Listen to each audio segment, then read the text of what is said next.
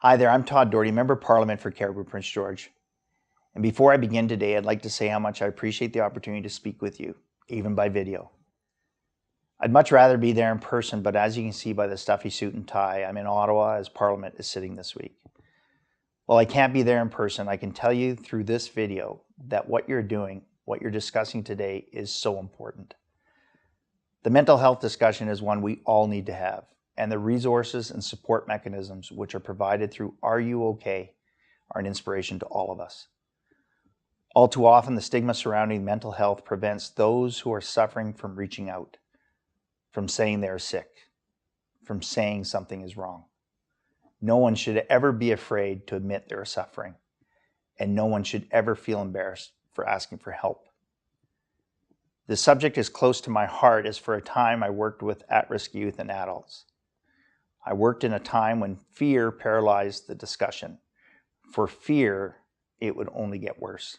That if we spoke about suicide, the fear was others would contemplate or attempt ending their own lives. I worked in a time when heavy doses of medication was the preferred method of dealing with the issues, not looking at or addressing the root cause. It's through programs like Are You OK? That we can help break the stigma and begin the long overdue conversation on mental health. I know personally the importance of availability of programs like Are You OK?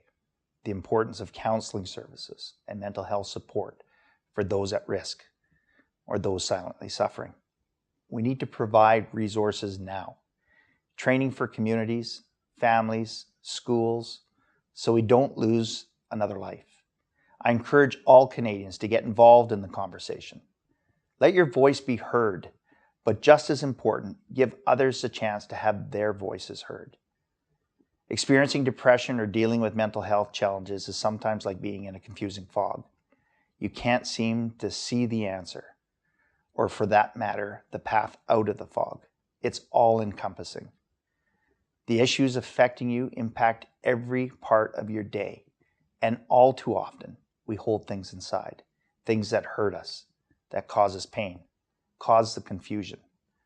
Oftentimes, you're embarrassed and ashamed that you feel the way you do. But if we just shared or talked with someone, those feelings would dissipate. And many of us know this already, but yet the stigma is far too great, so we hold it in. We keep adding to those negative feelings. When I taught crisis and suicide counseling, I used to use a balloon or a paper bag to illustrate this. The more air we put in the bag or balloon, it would slowly expand to the point that eventually it would blow or pop. The same is true with us. The more we hold negative feelings inside, the more likely we are to burst. And sometimes it's something so simple as locking our keys in the car, getting a C on a test. Something that to those outside the fog may seem minimal, but those suffering, it's another failure. It's just more pain. Sometimes in the case of our first responders, it is experiencing yet another human tragedy and not being able to help. The feeling of helplessness is overpowering. Letting those who are suffering know it's okay to have those feelings and listening when they share, letting them know you are there for them anytime, any place, and letting them know there is help available. But it all starts with one question. A simple question can save a life.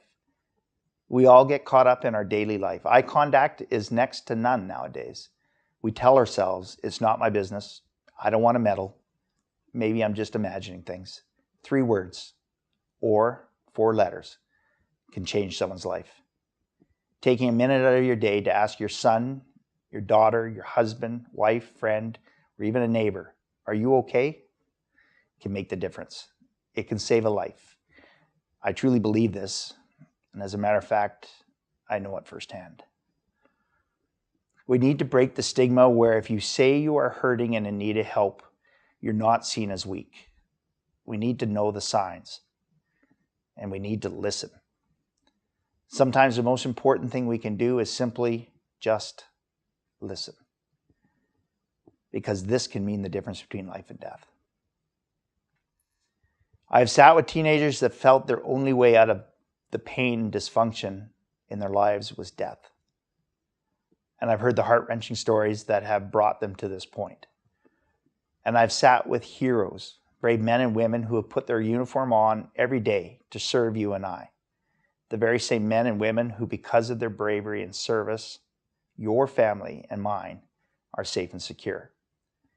I've heard incredibly horrific stories of what they encounter every day. And I've seen and heard their pain, their guilt and shame they feel because of these experiences.